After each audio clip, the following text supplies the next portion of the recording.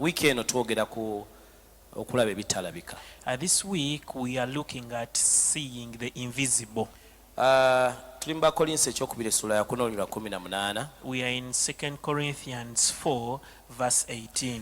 Kikulu nnyo okutekesera Katonda atuyambe tuteeke amaanyi na buli kintu kyonna okuba nga tutandika okulaba ebintu ebitalabika. May the Lord help us, because it's very important for us to put all our energy to be able to see the invisible. Bw'oba tosobola kulaba bintu bitalabika, If you cannot see the invisible, tosobola kusaba. you cannot pray.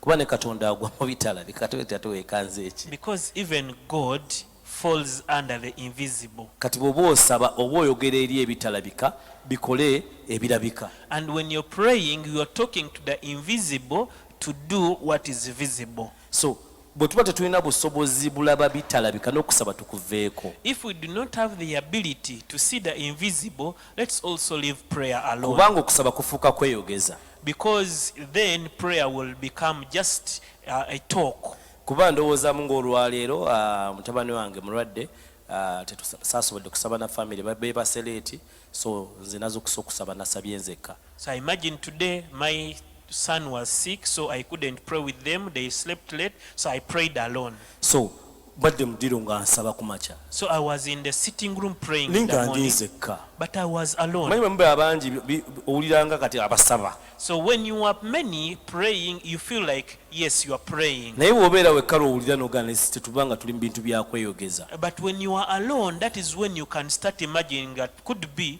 we are just pretending. Naye bwe lwofuna Katonda lwakuwa ekisa okumanya nti ensi neerabika kisiikirize waliyo ensi eyaddala etalabika. But whenever God gives you the grace to know that this visible world is a shadow of the unseen world, so n'omanya nti ekimu ku bitutwala mu nsi etalabika oba ebikozesebwa eby'ensi etalabika bye bigambo byaffe, bye birowoozo byaffe n'ebikolwa byonna mikutu egitwala mu nsi etalabika. and for you to have the grace to know that what takes you into the invisible world are our words, our thoughts, and our actions. Naye ng'ebisinga okukolerayo bye birowoozo byaffe n'ebigambo byaffe. And yet the most excellent tools in the invisible worlds are our words and our thoughts. So nga okuba nti olina obusobozi obulowooza ekintu n'okisigaza n'okiremerako paka lwe kifuuka ekintu ekirabika gabeera maanyi. So it is strength for you to have the ability to think of an idea, you work on it until you bring it to pass. Nze ndowooza ku bantu abaleka ensi yaabwe ne bagenda ebweru. So I imagine and think about the people who leave their country homes and go abroad. Bagenda okuva wano By the time they leave nga here, balina ebirooto, they have dreams. nga balina bye baagala okutuukako. And they have dreams that they want to Era mount to. n'omala omusanga ng'alinnya ennyonyi agenda. If you ever find them when they are boarding the plane going, N'omubuuza ki ekikutwala, and you ask them that why are you boarding the plane to go abroad, asobola okunnyonnyola ekintu ekitalabika naye ng'akiraba nti gy'alaze agenze funa ssente ajja kyakiivinge. these people can explain to you something that is invisible, and they tell you that where they are going, they have gone to get money to come back, and they do what they are dreaming of. Naye twakulabula nti bwe tutuuka mu kifo ky'otuukamu okimanyiira. But we are in such a way that whenever you go into a certain place, you get to use to it, N'owulira ng'oli weeyo. and you feel that you belong that where you are. Obulwadde omuntu bw'ayina bwe bulwadde obw'okuba nti buli we tutuuka we tumanyiira. The problem that a man has, it's a disease, is that wherever they go, they get used to that place. Abantu abawangula era abantu ab'amaanyi be bantu abatuuka mu bifo ne bayiga obutabimanyiira. The people who are strong and those who overcome are the people who go to a certain place and they do not get used to that place. Ne batandika okujjukira ekyabaleeta nga bakiyina nga kiri strong, nga kibaleetera obuteebaka, nga kibaleetera obutamanyiira gye bagenze, paka kubanga balina ekyabayita balina ekirowoozo kye baalina balina ekintu kye baalaba abalala kye batalaba ekibasuza nga bakola paka lwe banaddayo ne bakituukiriza. Their strength is in such a way that they do not sleep, they do not get used, because they have something that they are thinking of, the reason as to why they went into that place, and they make sure that they fulfill the reason as to why they went kati there. Paulo akozesa ekigambo ekigamba so we fix our eyes on the unseen. Kakati Paulo ye akozesa ekigambo ekigamba nti fe amaaso gaffe nga tugateeka kwekyo ekitalabika. Ekigambo fix mu Luganda ekituufu kyeki? Nga okiraba nti mu Luzungu kiina authority ndala mu Luganda.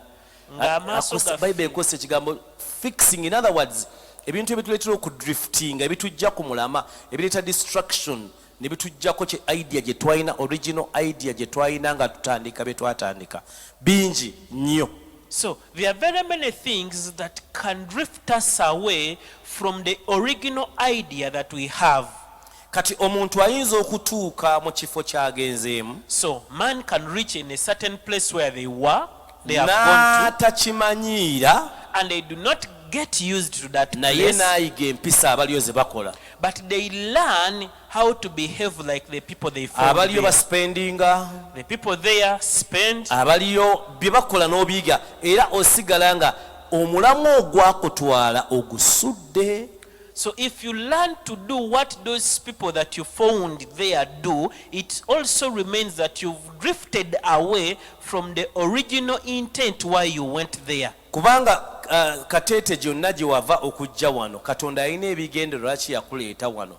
Kiba kya bulabe ggwe ate okutandika okukopperera nze byenkola kubanga nange yagenda okunzija janzija ndeete wano ng'alina binna bye nali ndaba nina bye njagala okutuukako ffenna byanjawulo newankubadde ffenna tugenda kutuukiriza mulimu gwa Katonda. So for Katete to come here, there is a reason as to why God brought you here. So for you to start copying what I do when you found me here is a drifting away, because God knows each and every person's purpose. Njala kwogera ku Yakobo olunaku lwa leero. So today I want us to look at Jacob. Story ya Jacob tugimanyi. We know the story of Jacob. Mama we bw'afuna olubuto. When his mother conceived, Ye Rebecca. that is Rebecca. Kufuna olubuto nalwo lwali lutalo. It was also a time, it took time to get pregnant. Taata ne mama ne bagenda ne basaba. The mother and the father went and prayed. Mama n'afuna olubuto, mama ye Rebecca. And the mother, who is Rebecca, got pregnant. Mama ng'ali olubuto n'olutandika okumutawaanya. When the mother was pregnant, the pregnancy started troubling her. Bagenda babiri nga basaba omwana. They went to parents when they were asking omwana bw'aba atawaanya mu lubuto tatawaanya babiri. But when the child was in the stomach, when the child was giving trouble to the parent, was giving trouble to one parent. Kitegeeza kati ate okusaba kwa maama yekka this time. And now this time it turned out that the praying was for only the mother. Maama n'agenda maaso ga Katonda. And the mother went before God. N'akaabirira Katonda. And cried out to God. Katonda n'amugamba ekyo ekiri mu lubuto lwo. And the Lord told him that what is in your mawanga abiri. Are two nations. Omuto. The younger y'agenda okufuga omukulu. will rule over the older. Banange ne baba maama mulokola atya. And even if it is a born again man, ne baba maama mulokole nga maama pastor. and even if it is the mother of a pastor, Katonda n'amukuba akaamabako n'amugamba nti omuto yagenda ofuga omukulu. and the Lord whispers to her and tells her that the younger will rule over the n'amugamba older. omukulu to yagenda okubeera ow'amaanyi. And God tells her that the younger will be stronger. Amazima gennyini maama ku kuzaala amaaso aba agakanula. And it's very true that during birth the mother will be Kale looking ne baba out bamadde clearly. bamusanyalazza bwadde engulu kyasooka okubuuza ki? And even if they sterilize her, when she comes back to her normal senses, what is the first question she asks? Kate tolowooza asooka kubuuza ki? Who came out first?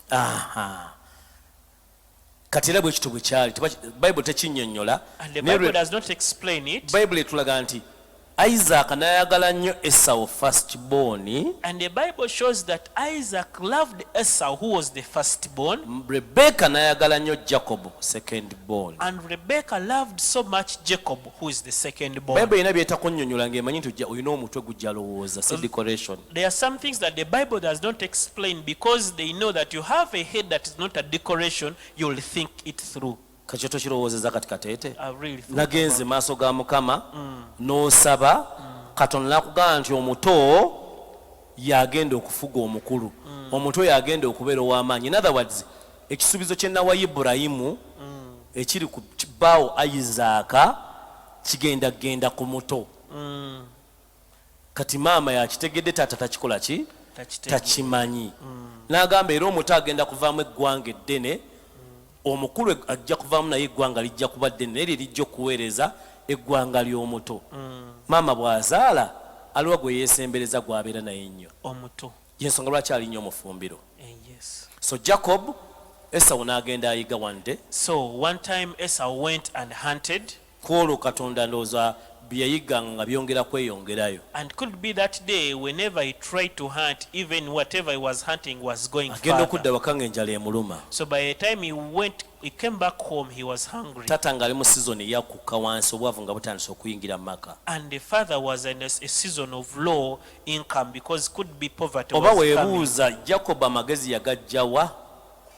Obuyaayo obw'ekika ekya waggulu obutukwa muganda wo ng'akusaba mmere, n'agamba mpa ku mmere n'omugamba nguze obusika. So Oba wakijjawa omwana omuto? You could wonder this young man where he got Kale that. balina emyaka na the real thing they were around 40 years.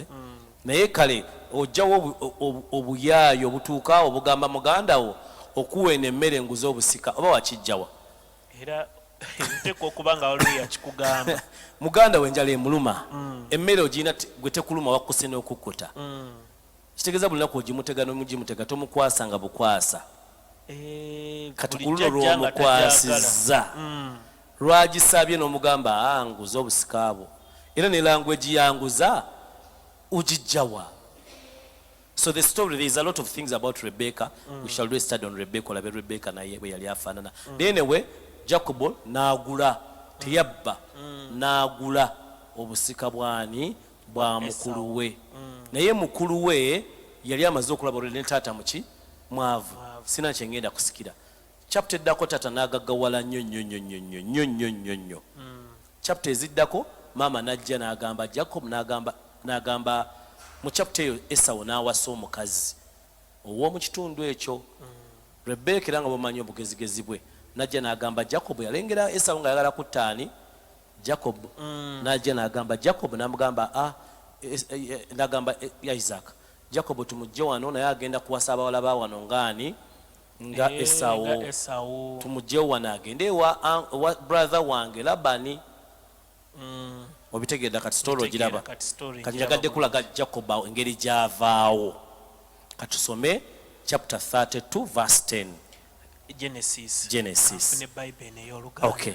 So Genesis chapter 32 verse 10, Jacob yatuwa record y'okugenda kwe bwe yali efaanana. This is how Jacob left his father's home.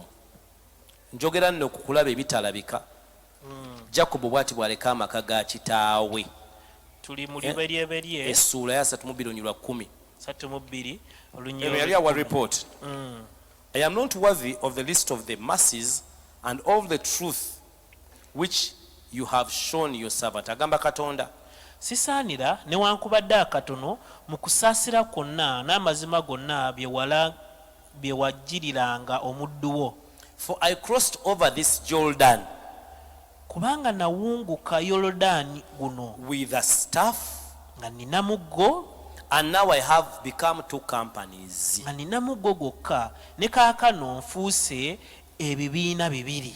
Kye kiyinza okufuula omuntu eyava kateto luwerukaya eyasala lukaya nga munaku nga talina kyakutte n'atuka ku level n'aba nga yafuga Kampala, yafuga ali bulungi olwaliro. Jacob atuwadde example fena kye tusala bamusala kiira, ffe tusimanyi kye tusala, ffe tusala ki? Tuva Luweero. Luweero, ffe tuva Luweero. Ffe tusala ki? tusala bwayise twasala bwayise kati ate waffe kawempe ne bwayise tetwagituuka osala bwayise soka wobojje Kampala anyway kyonna kye mwasala nga mujja Jacob agamba ye yasala Yordani ng'alina muggo gwokka jjukira kati wano tuli akomyewo ali maaso ga Mukama amugamba Mukama sisande wadde akantu akatini koyinza okuba kuba nze nasala omugga guno nga nina muggo gwokka kati laba nina ebibiina bibiri. I have two companies. Yagabanyamu obugagga bw'emirundi ebiri ne butambula ne bugenda nga ina companies bbiri ez'obugagga naye yasala na muggo gwokka. The question would be ki ekireetera omuntu okuba nti asobola okuva ku zero n'abaako kyafuuka? Through this study ngenda kulaga Yakobo yagaggawala ati. Number 1 genda mu Genesis chapter 31 verse 42. Aha olunyiriri osomolwa 3 olwana mu 2 lugamba lutya? Ana mu 2 lugamba bwe luti nti singa Katonda wa kitange. Awulidde ekigambo ekyo? Jjukira awayogera ne Labani. Manyi buli obeera omuyaaye osanga muyaye munne. Buli omu alina asanga class yo. Katete bw'oba okola effujjo. Nga bwe nabawadde jo principle ya Katonda gye yatuteerawo. Golden rule. Kyokola banno ojja kusanga yakikola bwe mwenkana. Kyoyagala bakole kyoba okola naye gweobanga okola banno gwe kyotayagala bakole ojja kufuna level yo gwe mwenkana gyali. You just decide to live the syndrome of Joseph. Joseph yagana okulivinga this victim syndrome nti bwonkola obi sijja kuddiza bubi. Yes, iyo ndowooza ya Joseph baganda be bamwagaliza bubi naganze bamunjagaliza bubi n'akyusa moment n'agirenaminga naga kyemwankola olw'obubi Katonda akyusiza olw'obulungi naye Katonda asigala principle eriyimiridde nti kyokola munno ayinza obutakikola ye naye osangayo level yo. Jacob obuyaye bwe yasangayo level ye anko we bwayita Labani nga benkana obuyaye nga anko amusinga nako kubanga anko baba wa maama kati amusingako Labani muganda wa maama we muganda wa Rebecca. Wamma bye twakolanga abazadde naffe abaana baffe kati babitukola. Okay. So uno kati ayogera Jacob yawo obujulizi kuba Labani yamukola ebyekiyaaye n'atugamba ekimutaasa wano atuwa reason emu ku yo lwaki asala ne companies bbiri. Singa Katonda wa kitange Katonda wa Ibulayimu era entiisa ya Isaaka teyabeeranga nange kaakano tewandiremye kunsindika bwereere. Amugamba nti gwe Labani gwe senga teyali Katonda wa kitange ne Katonda wa taata wange n'entiisa the fear of Isaac.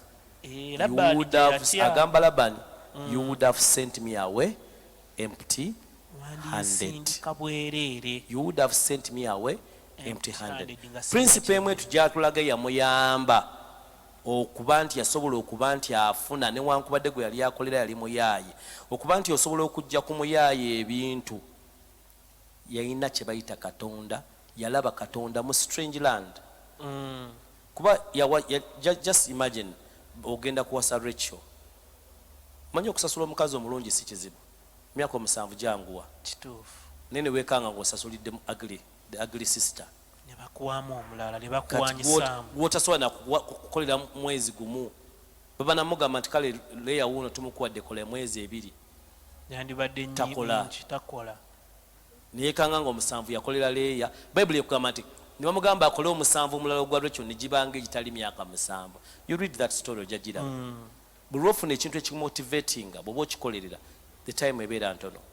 Albert Einstein ye yagamba nti bw'otuula n'omuntu gw'oyagala essaawa emu ebeera ng'eddakiika emu. Kituufu. Bw'otuula n'omuntu gw'otayagala eddakiika emu eba ng'essaawa emu. Kituufu nnyo. Bagita relative principle.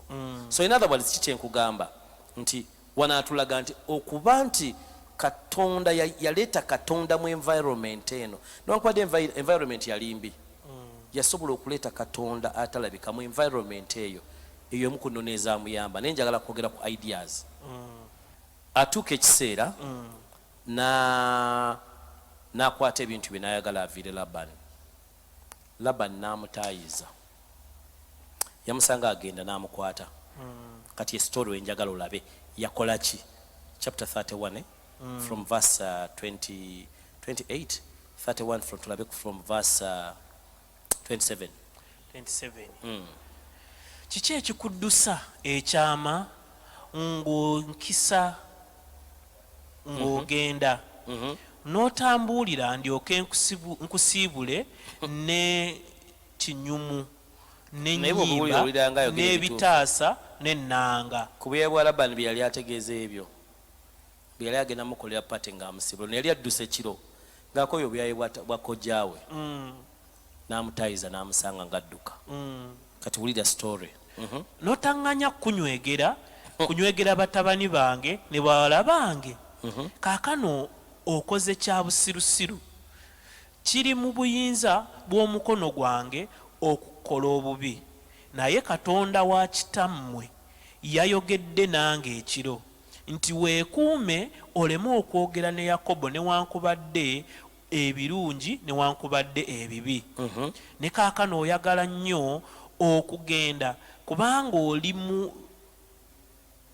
olumirwa nnyo ennyumba ya kitaawo naye kyewava obba bakatonda bange kiki emanyi story nti Rachel yali abbye oluusi ekintu kyoyagala n'ekimu tekiba nakirokole Rachel yali mufumu naye kuba Rachel teyali mulokole sawo njagala kulaga nti yali adduse neddayo mu chapter 30 verse 27 tulabe Jacob how did he transfer the riches of Laban n'azireeta gy'ali there's something he did njogera ku ideas anyway yes okay verse 27 30 Yakobo n'addira obuti dayo waggulu verse 26 26 36 oba 26 tuli mu luberyeberye 3:26 mpa bakazi bange n'abaana bange be nakuweerezanga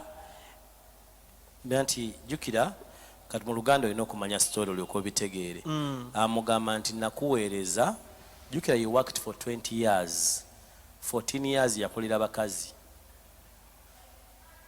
nakola n'emyaka emirala 7 kati amugamba mpa abaana bange ne bakazi bange nakuweereza ne mbasasulira bampe nkole ki ngende nkuviire sokoddemu nnyonnyola story eno bulungi kuba sigitegeera Jacob yakolera emyaka 7 ng'akolera Rachel ne bamuwamu Leya n'ayongerayo emirala 7 n'akolera Rachel egyo 14 Jacob eyava eri gye twatandikidde ewa maama we n'adduka n'ajja ewa kojjaawe Labani bwe yatuukayo n'afuuka mukozi n'akola akolera asasule omukyala yalaba Rachel myaka 7 ne bamusibamu Labani ne bamusibamu ani Leya bamugamba akolerera ono omukyala myaka 7 yamukolerera emyaka 7 ne giggwaako n'amuwamu Leya ne bamuwamu gw'ataakolerera then bwe giggwaako 7 n'akola 7 omulala bamugamba addemu akola 7 ogwono gw'ayagala gye emyaka 14 tannakolera bugagga wadde akyali mukolera bakyala emyaka 14 then n'akola emyaka 7 egyo 7 gye yakolera ng'ate bwe bakyusa weejezize mpozi nagambye kuwaki mbuzi 2 tewawulira bulungi nagamba kuwa mata nakola emyaka 7 ng'amubba mu bikojjaawe bamubba byakola bye babba kati n'atukalaga naye ndeka musajja gwenkole ki ngende nzikiriza nti anko nsinga obuki obubyayi kati wano we tuli agenda ontegedde kati tuli ne Jacob agenda naye kati talina kyalina okay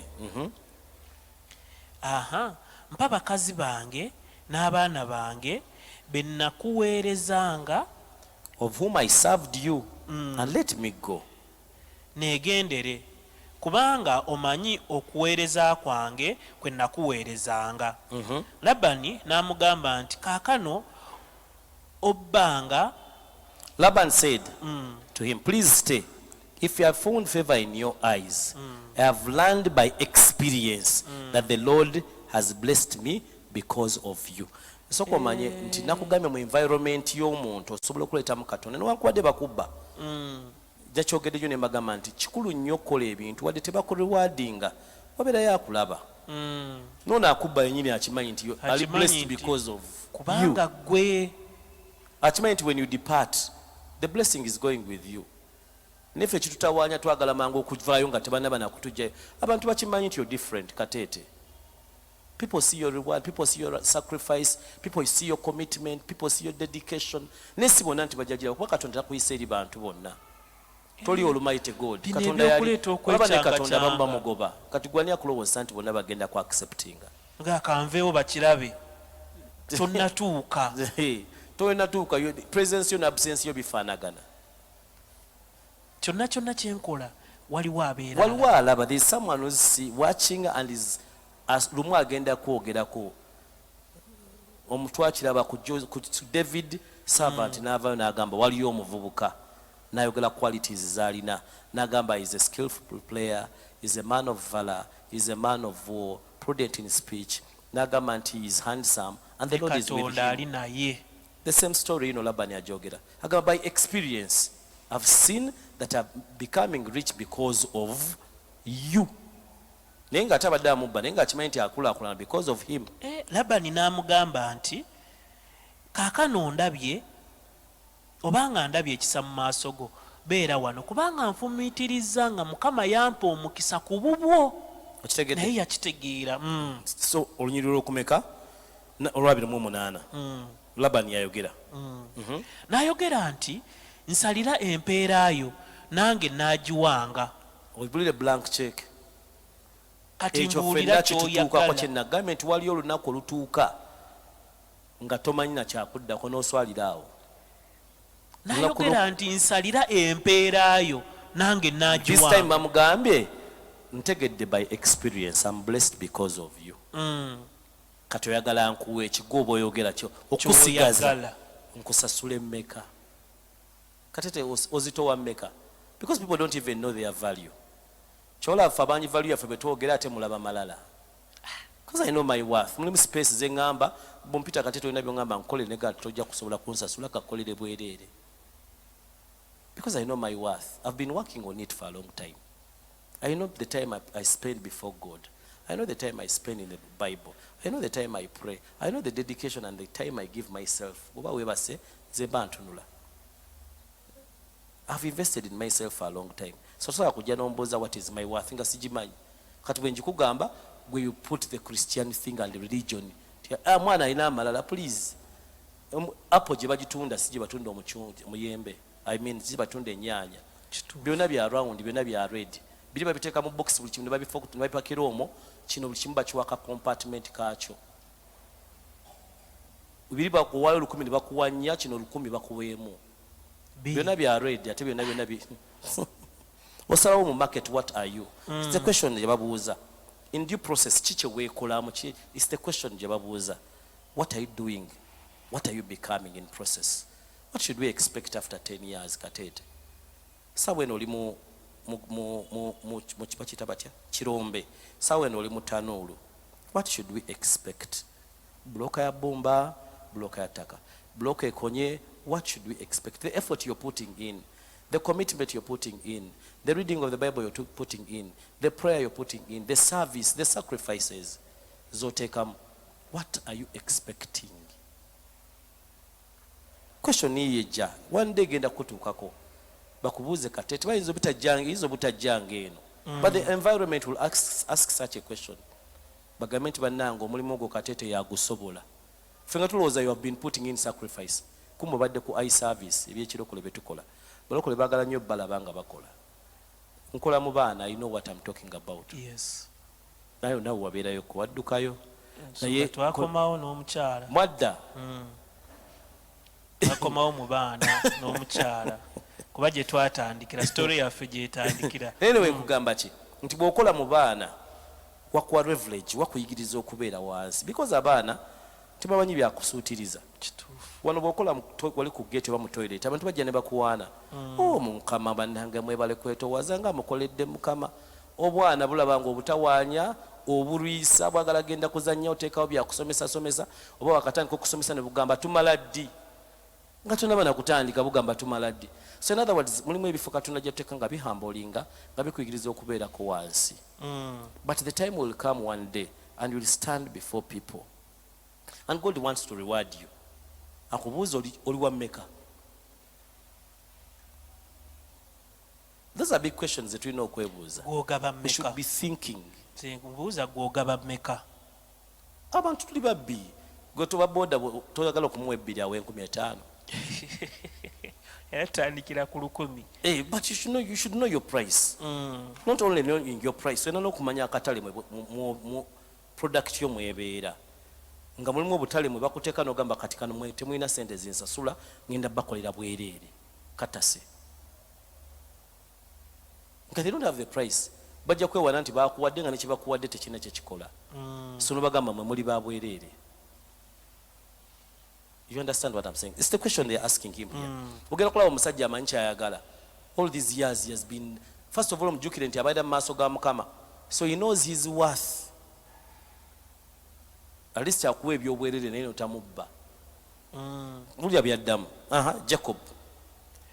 N'amugamba nti omanyi bwe nakuweerezanga era ebisibo byo bwe byali nange. Soka n'amusomera mu lulumu abantu wesaga ne bakubiramu ku ngoma. Ne bajjukiza nti bulijjo ndaba. I've been watching sirima simulizibe. Yamukubiramu awe ngoma n'amujjukiza bye yamukola byonna. Paka lwe yaddamu n'ambuuza mu Lwasatu mu olumu. Kubanga bye walina nga sinajja bitono. Ambya kyebaita okukuba engoma n'omujjukizaamu. Omusomeramuko yamusomeramuko Lwasatu mu olumu ate wona amusomedde ne bakiteeka mu scriptures. N'ayogera nti naakuwa ki? Yakobo n'ayogera nti toliiko kyonompa. Tukirina.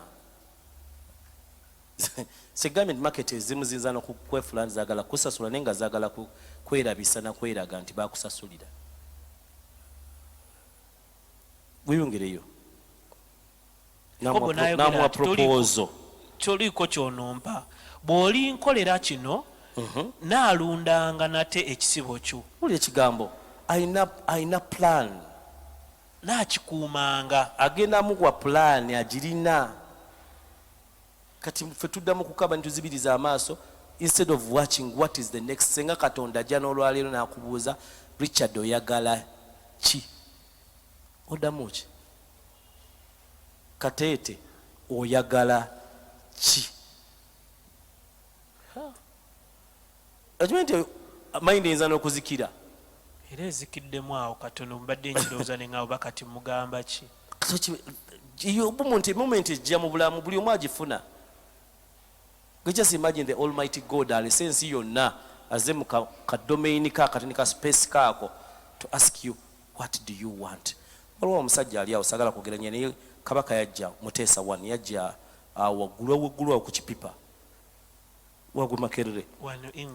Omusajja najjaawo Kabaka yajja awo n'amugamba oyagala ki? Omanyi omusajja kyeyasaba? Yamugamba Kabaka njagala onywere ku giraasi, njagala kunywera ku giraasi kw'onyweredde. Kabaka n'abamuleeta amazzi. I'm talking about history bituufu waggulu Makerere.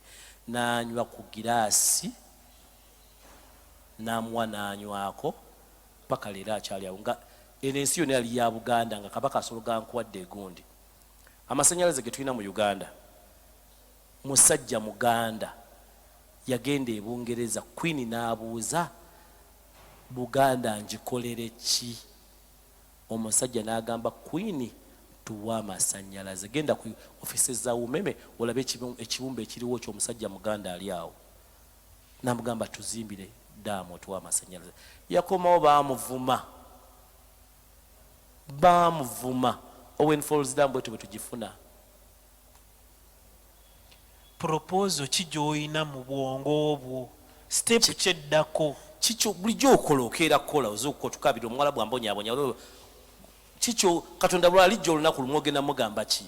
Chicho olaba ekitalabika. You get what I'm saying?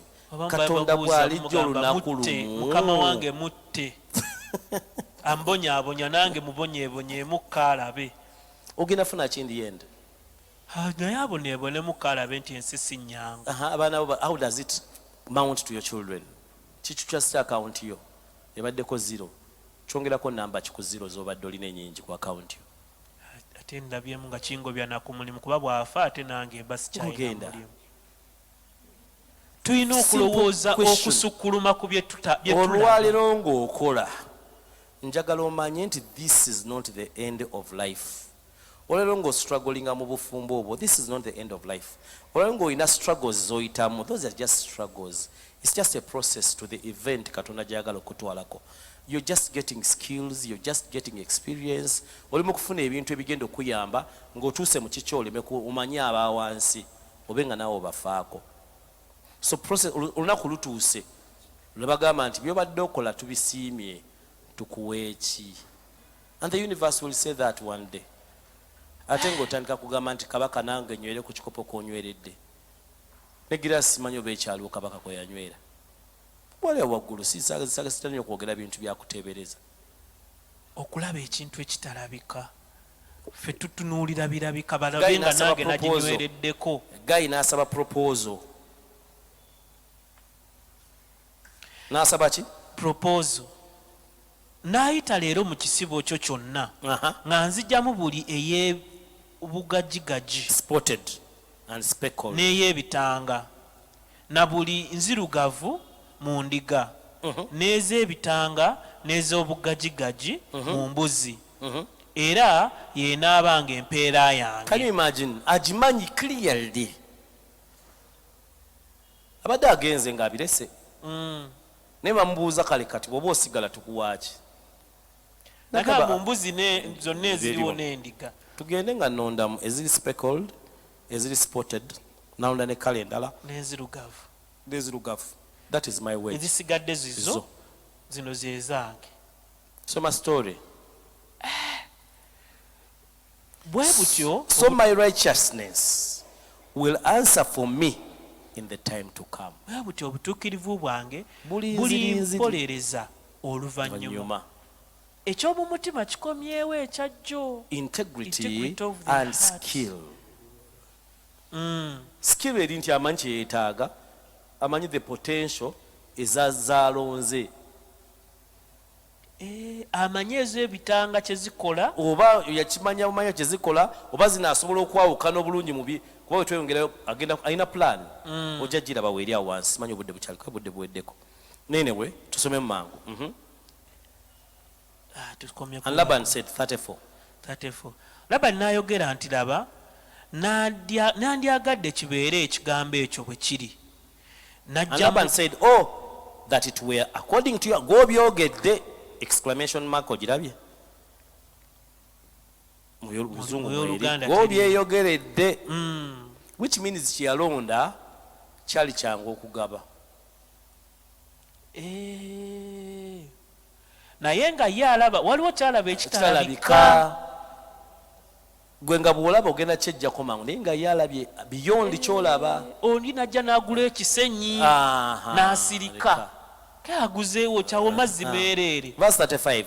So he removed that day the male goats that were speckled and spotted, and all the female goats that were speckled and spotted, and every one that had some white in it, and all the brown ones among the lambs, and gave them to him in the hands of his son. N'agamba kino ky'osabye kwata. Ani ajjeyo Labani? N'amuwa. Then he put 3 days' journey between himself and Jacob fed the rest of Laban's flock. N'akola. Now Jacob took for himself rods and green polar, verse 37, and poplar, and the almide, and chestnut trees, and peeled white strips in them, and exposed the white which was in the rods. Jacob kyeyakola teri yali akirowooza. This is a wide idea. Ne kakati aba science, waliwo science wa Bible. They are asking, they are saying, this is a feeble, tekyali, tekisoboka. Yaddira obuti n'abusalaasalako. Nga bwe lwalaba embuzi ensava etali ya speckled ennungi ey'olulyo ng'egenda okulinnyira ng'agiteekerawo akati akaliko obutolobojjo. ng'ezaala ya butolobojja ensava. We are talking about ideas, having ideas. I don't know, gwena w'osomye nti bamuwa idea eyo. He has been with that idea. Kyewagambye nti idea yo bw'ogitunnyonnyola ffe tuba tetugitegeera era tukuyita mulalu. This is madness. Gwe bisoma olabe. Total madness. Kisoboka kitya? Gw'oli mulunzi genda okigezeeko naawe wuwo. Genda oba wabikola. Ofune obuti obusalesoneko ebitolobojjo oteerewemu. But believe in God, Katonda nawe bw'omuteze ku risk when you bring your idea. Idea ziba ziva eri Katonda. Ziva eri Katonda. God gave him a rescue plan. Kyekiri kyasomye wali tikyali kisa kya Katonda. Nze gwe mulaba nasala wano n'omugo. That's how obugagga bwa Labani bwa transferringa bwe butonda bugenda mu mikono gya Jacobo. Labani nga naye akkiriza tamubbye. But he had an idea. Ffe tulina ideas, we always about them. Ojja ne idea n'ogiwa Kateete, Kateete olw'okuba tagiraba, Kateete omwesiga because Kateete nakugamba tebijja kusoboka. Gwe Katonda. Bible egambye mu Matthew chapter 19 verse 36, Matthew 19. Egamba nti with God all things are possible. Teri Katonda buli kimu kisoboka. With God all things are possible. All things. But we don't try God at all. Ate nga idea ya ate nga omusajja omu yatusomesa n'atugamba ekigambo impossible kwata kiri spelling kiri I am kati awali I am tekawa I ne M zawulo tekawa apostrophe. It means impossible. Ne engeri gye kiri possible si mu ngeri gye eza bulijjo because kyogenda okuzaala kiri unique. Kiri impossible kibali mu kulabika kwakyo kiringa ekitasoboka. Because it is yours. Katonda yakikola nga kikyo. Ogende okujja nga we need to serve you.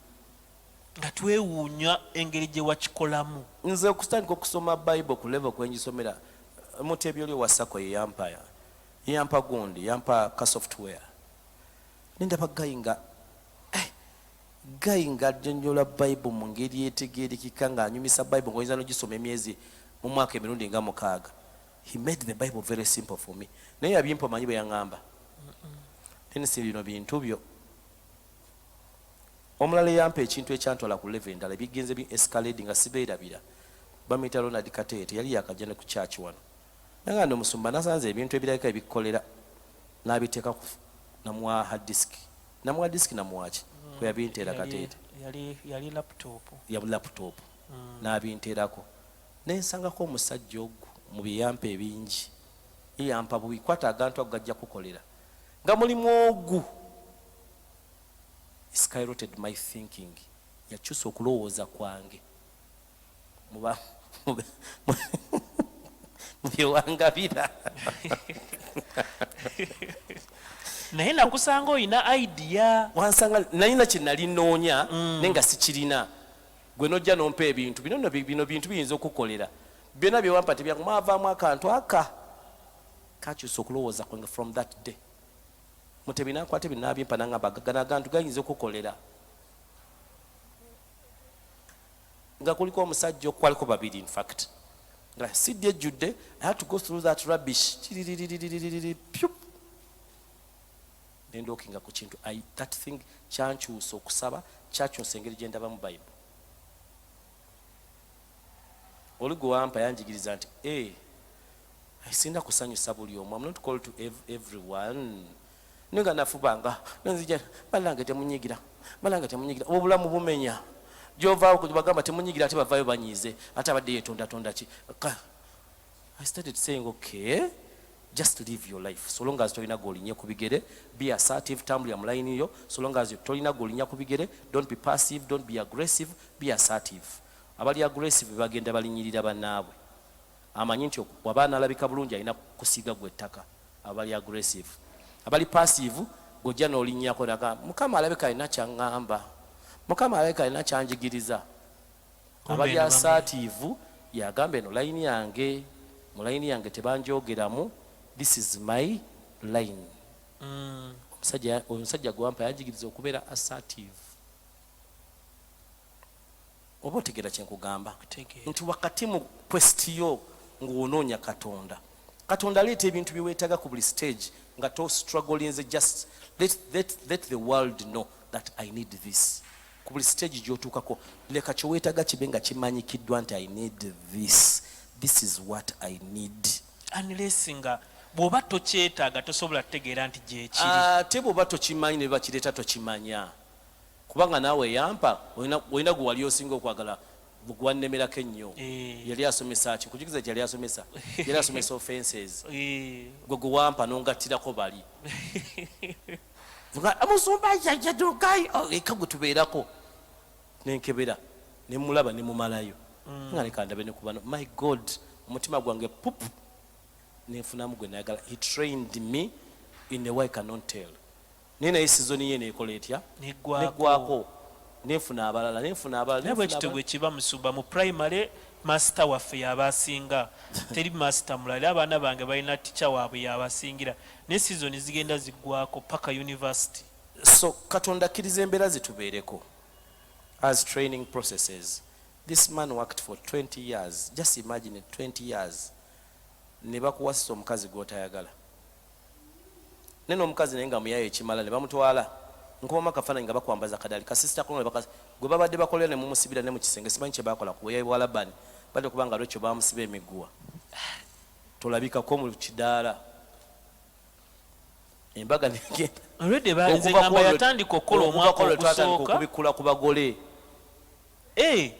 kyekino kye tugamba nti mubikkuleko olaba yeye omulala babikola byava ku Jacob those are very many years agenda okeera ku makya ng'alina ekireeya simanyi hanemuni bwe yagikola yalina leeya bambi musajja leeya ne taata we bonna bayaaye batu emyaka gino omusanvu balinga bamanyi nti gwogenda oyo muleke ye amaanyi oli ffe tumanyi ggwe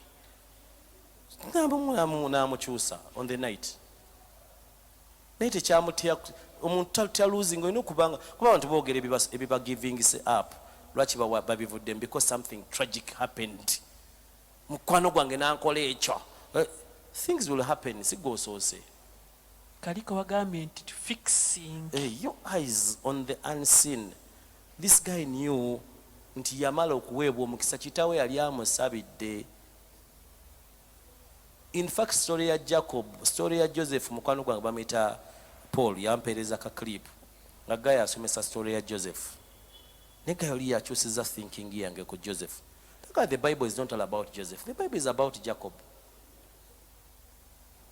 Ne Jacob is exceptional. Gule bagamba katonda wa Isiraeli. Katonda wani? Katonda wa Ibrahimu. Katonda wani? Wa Isaac. Katonda wa Yakobo. Omusajja n'atuuka n'asaba chapter 32 yasaba ne bakyusa erinnya lye ne bamutuma Isiraeli. Abaana ba Isiraeli si linnya lya nsi. Nga bagamba ensi baana ba kateete. Kati bwe tukyogera ffe tuwuliranga ensi gye bayita abaana ba Isiraeli. They are saying the sons of a man called Jacob. Omusajja yafula ensi n'akola ensi y'abaana ba these are children of Israel. Si nsi naye baana be. Abaana be be bantu mu nsi basooka okujja mu kifo kyabwe ne babatwala ne babasaasanya mu nsi yonna ne bakomawo nga bakyalina olulimi lwabwe. Ffe ne batukwata ne batujja wano mu Uganda ne batwala ne batusaasanya mu nsi yonna tugenda okudda nga tukyalina Luganda tukyalina luna Uganda nga twogera nnimi zeeyo. Tubalabye abasama bangi bajja Oluganda tebakyalumanyi. So okitegedde kye nkugamba. There are things that people do that are going to be generational. Tikatete gwelero okola naye you're working for you and your wife. N'abaana bwe banaatandika okukola bagenda kukola. The problem with us nti bwe tuba tukola we think about us only. We don't think generational. Nti nze bwe mba nkola nze and my immediate children. Naye wakati nga akasaawa eno nze ndi mukola bwe nkolerera abaana bange naye ate nina n'okolera bazadde bange. Kati naagenda okumala okukaddiwa nzire emabega ne mu maaso kati nga te abaana sibakoleredde bulungi. Kati n'abaana bange ne batandika syndrome eyo bankolerere endwala kati bantwale nga mudwala busente bwe budde ku nze nabo baffe bakaddiwe nga nfudde ate nga nabo abaana olaba mu Africa tubeera bwe tukola tudda mabega. Ati musumba abazadde tubasaleko kati mwe mumanyi kye mukola naye nga tulina kuba nti Bible egambye omusajja omulungi aterekera abaana b'abaana be. toterekera na babo oterekera baana b'abaana bo. A good man si a righteous man. Bayibuli egamba muntu mulungi kati ate righteous man alina kola ki? That's just a good man. Righteous man aba generation. Jacob nti paka leero abaana be yakisootinga. Tukomaawo, Mukama bawo omukisa. Amiina. Musumba tweyanzizza nnyo, tweyanzeege. Simanyi oba ffenna abawuliriza n'abalaba tuyiga, naye tuteeka essira. Musumba tuteeka essira ku ky'omwoyo, naye mu eno subsection eri kuba nti osobola okuba ng'otunuulira ebitalabika, okuba ng'otunula amaaso go ne gasukka okulaba ekyo ekirabika naye ne galaba ekitalabika ekinaavaamu obanga obudde buyiseewo. Naye ffe abasinga tuli ku mmere ya leero, tuli mu lunaku lwa leero nduyitamu nkitya, era kyekituleetera okudduka mu byonyoobonyo, ekireetera okukola decisions embi, n'oyaaya n'obba n'okola buli kimu naye ng'onoonya mmere ya leero.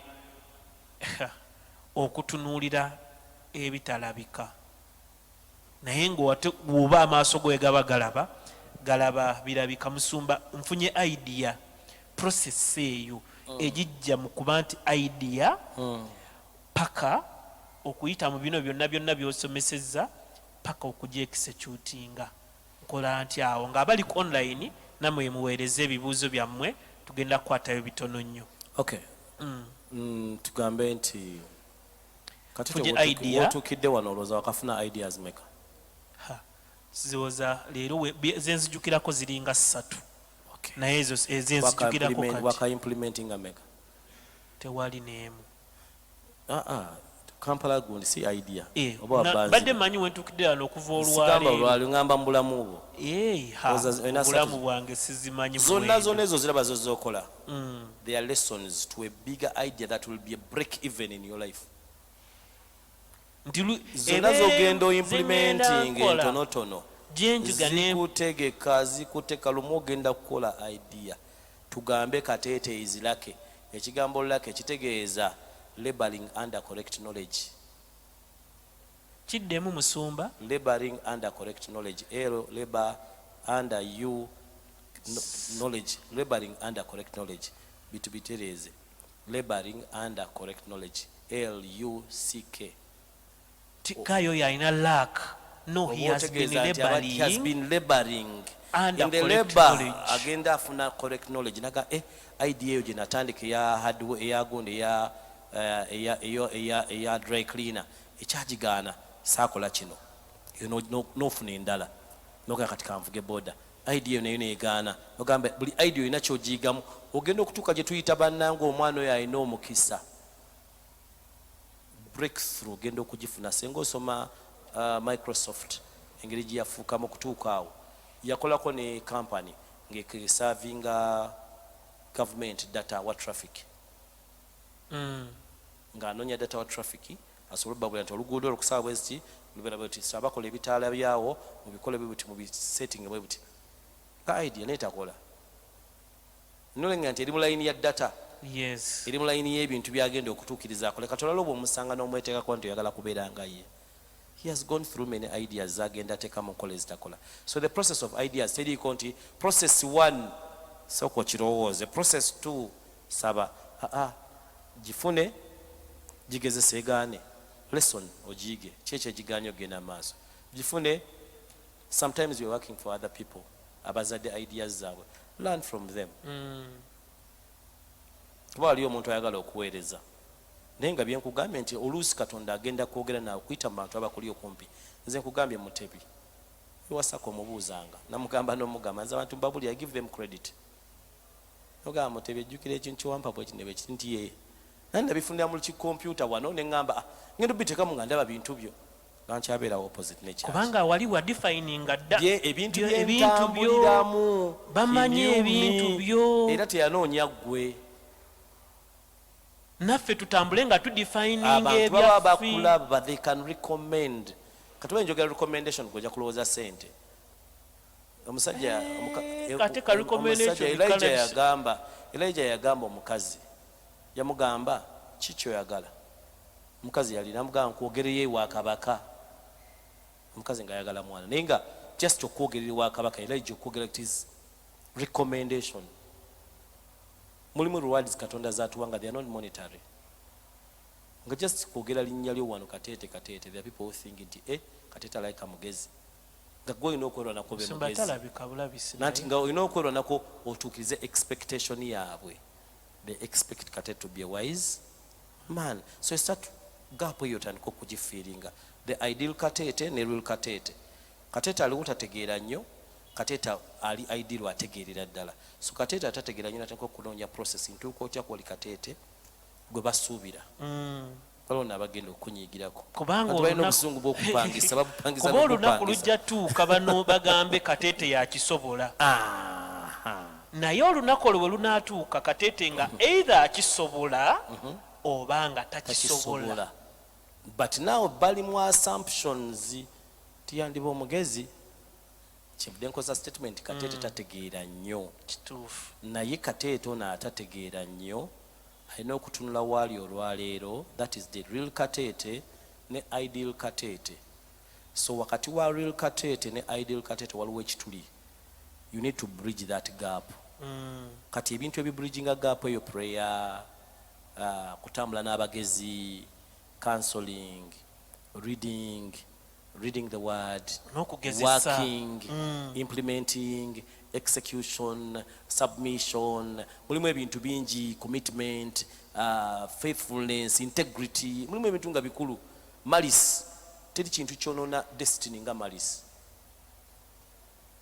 kyekimuso ogenda nga oyonona banno okwatulina abantu alowooza bw'aba naayambuka alina okuzimba alina kumenya bizimbe by'abanne nga alina akasisira ke naye nga akasisira okafuula kalina alina kumenya byonna abalina abazimba mwenna alina obbamenya ebyammwe ebizimbe akasisira ke kalabike kati naye yazimba naye ng'agenda amenyamenya asangayo mwayimidde ku kizimbe kinga mumanyi ti goli mumenyi wa bizimbe namugamba ekyange kikwateko olabe lunaku lumu akasisira ke bajja kalaba so malice kyeva ebeera embi ate kya tulina okuyiga obutabeera na mentality ya victim mentality bandiko onogenda ononya sympathy bandiko bagita victim mentality nokkiriza nti okay bandiko it's okay bati bandibadde kwani buli omu I'm the product kyebalina okubeera konomanya nti yes bandiko because I'm worth nojjawo kyebaita victim mentality Joseph yakituyigiriza nagamba nti kyemwakola mwakikola because mwali mukyagala naye Katonda yakikozesa to excel me oba bitegedde Katete tegedde bulungi era ndi bweru musumba kati mwoyo omwana ali mu nyumba gyakolamu nga yajja ne idea nga bwe yagirina nga ali Uganda ng'alina ssente ze bamugambye nti ogenda kufuna akakadde kamu buli mwezi contract ya myaka 2 n'abala obukadde bwa 24 bw'agenda okuva nabwo ebweru ajje nabwo wano kati bya mirundi 2 naye we twogerera kasooke twogerera awo oli tunagenda waddako yava Uganda ng'agenze ebweru contract ya miliyoni 2 yakufuna ng'amanyi contract wange weggwerako ku myaka 2 nja kuba na miliyoni 2 era ng'ava eno jjukira ava Masaka abasinga bava mu byalo eyo munda avudde straight Masaka avudde straight eyo gye yava yonna kale avudde straight Kampala bamubanyiiga mangu obusungu balina bungi kati nga exposure kikulu nga kyalowooza nti okulunda enkoko kyekikulu era yagenda agenze kunoonya sente za kulunda nkoko n'abamu mbizzi ng'alowooza kyekisinga okusinziira gye yava eyo n'asanga gwakolera boosi we ng'alina internet business boosi we gwakolera ng'akera ku internet n'akola n'amusasula olabye exposure bwekyusa idea gyajja nayo naye ye neyeteeka neyeetifaate inferior maama ebyo sibisobola ebyo byabo na Katonda yakuleeta mu nyumba eyo akulaga the things are possible wajja kituufu wajja ne idea yo yakulunda mbizizo ne Katonda teyali musiru kukkiriza kutuuka awo obeeko byolaba n'otakoppa kuba nakugambye waliwo ba inventor ne ba innovator waliwo abatandisi n'abakoppi waliyo Musa ate okukoppa si kibi waliyo Musa ne Alooni Musa yayogera ne Katonda Alooni ye n'ayogera Musa kyayogedde waliyo Oholiab neki Oholiab ne Bazalel gye bali Musa yalabye template ya yeekaalu ya tabanako netamanyi bwe bagikola naye yagirabye Oholiab ne Bazalel bwe bagikola Katonda yali tamanyi address ya Oholiab ne Bazalel yali agimanyi lwaki yagiraga Musa so Katonda God is a God of connections eyo nayo connection kati Katonda wali ogenda kuono n'obudde bwo olunda obubizi buleme kutasanga Katonda akulinako kolo nene nnyo abamu n'obusente twabuweereza dda ne bazirunda ne batugaa zifudde nga Katonda yakutwala mu kiyumba ekyo bwe yakutwala mu nnyumba mw'oli nga boosi w'omwami n'omukyala bakeera kusaako internet nga bakola business ki bazita bateza internet tugiyita business internet business nga ze bakola bakeera kola podcasts n'agyeditinga kuva ku makya nga yapostinga nkya n'akola lessons nga nawe omulaba bannange wa bulijjo nnyo ng'osiba omulaba awo n'abifunamu ssente n'akusasula n'omusaala olw'okuba obudde tabulina bungi n'akuleetera gwe omufumbire omwoleze omusiimu era gwe n'obeerawo ng'oddamu kundi babadda mu biki nga Katonda akuleesaawo just for a reason Katonda talina budde bwakusaaga katete Katonda takusembereza greatness for nothing buli Katonda lwakusembereza ng'omuntu omunene aba n'ensonga nzizi Katonda bwe yansembereza Bishop Senfuma I did not take it as a joke he was a great man olina okutunula beyond nsobola okwogera nga ye nsobola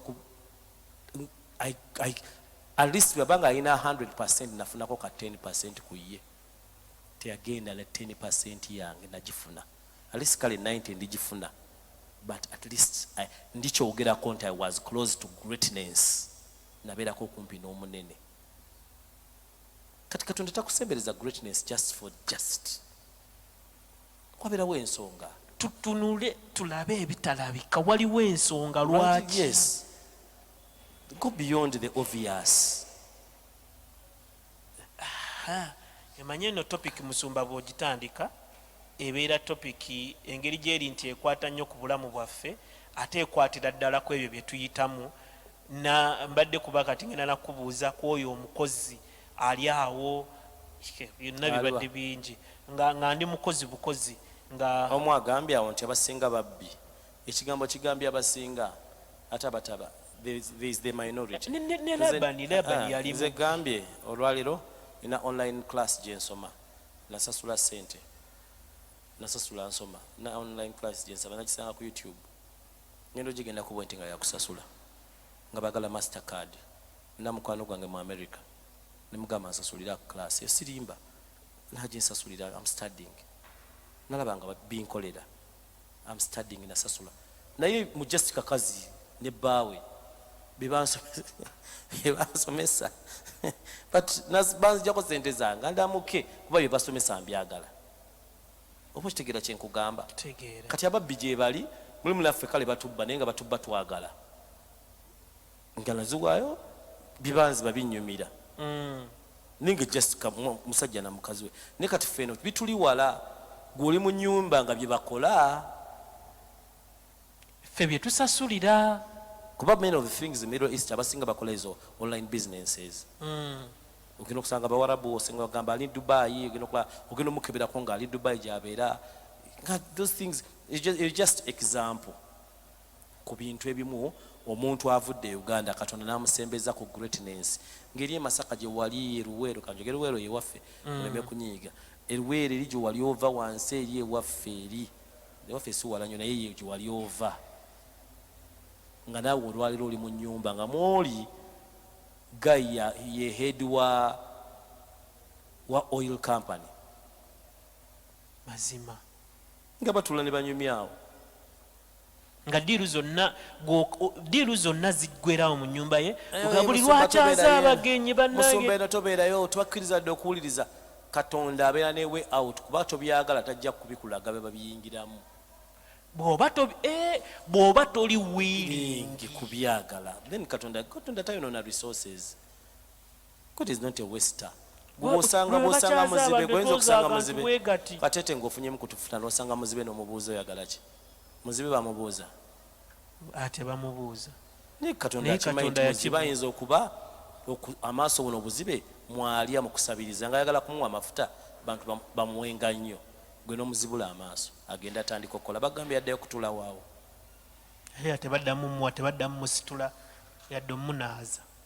So that is it. Abamu twagadde obuzibe bwaffe bannange ali eyo nga simanyi oba osobola okulaba kyendaba kati Katete kiraba ebyaddala kyensobola ekitalabika awo wooli Mukama waakutadde nga teweekubagiza. Your victim mentality mbi. Okwekubagiza. We have all been victims at one time. Fena cheap popularity eyo fe musumba notegeera gwe ebintu byenjoza eno tonyumya gomanyi byenjoza suma notegeera engoye ze tuzuka sawa 10 twebaka ku mukaaga yakugobe wammwe oli Mwarabu ogenda kola totukabirira please. Neno wali abavuga boda basula bavuga, neno wali wa maid lwaki wagenda kola eyo. So ebyokwewereza sooka obiteeke wansi, then osooka okole ki? You invest in your dream. Jacob yasobola okukolerera abakazi, okukolera Rachel emyaka 7 ejaddako, yakolera Rachel emyaka 10 n'egi naye nga yali amanyi agenda mukolera emyaka 7. Bible egamba negirabika ng'obutaliimu 14 years because yali akolera yali akikola ki? Yali akyagala. For you have worked for 2 years nayo tukabirira. The guy worked for 7 years working for the ugly layer. At least nga yamanya nti gwakolerera. Nayongerako 7 nga bakyusa wages ze. And those are the people that we want to be like. Oyo nibagamba Katonda wa Yakobo. Katonda natosobola kumwesibako. Gw'oyisizaamu ebyo byonna.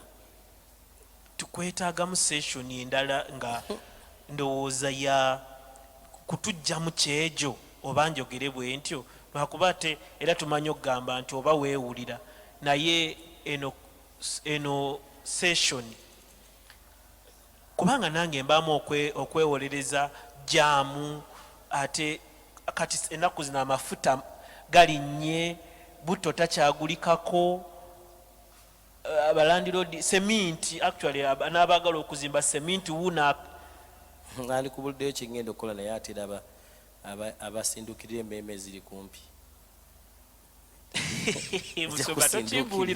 ejja kusindukirira bwereere.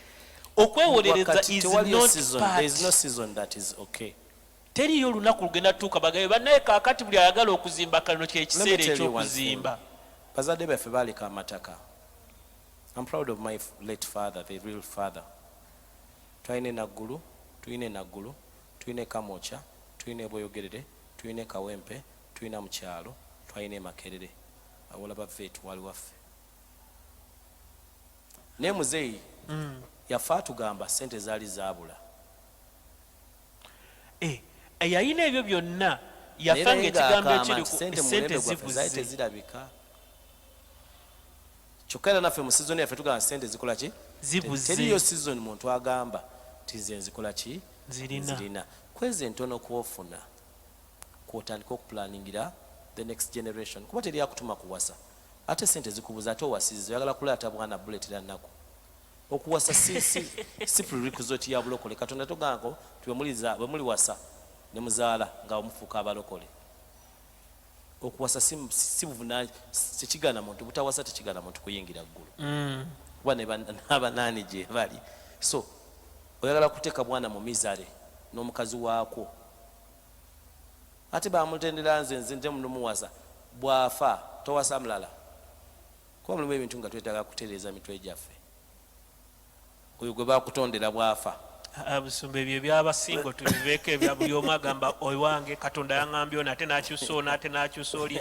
Ebyo Katonda byayogerera mu bakyala bokka twabivaako wano kati. Tuli ku So in other words ngamba ki teriyo season mu nsi nga ojja gisanga nga yeeyiyo season tukwata nkwata luganda yeeno kati ye season za ya bunyweza teri season ejambu kati eno season yange okeera bukezi ku makya n'ogamba but this is my season.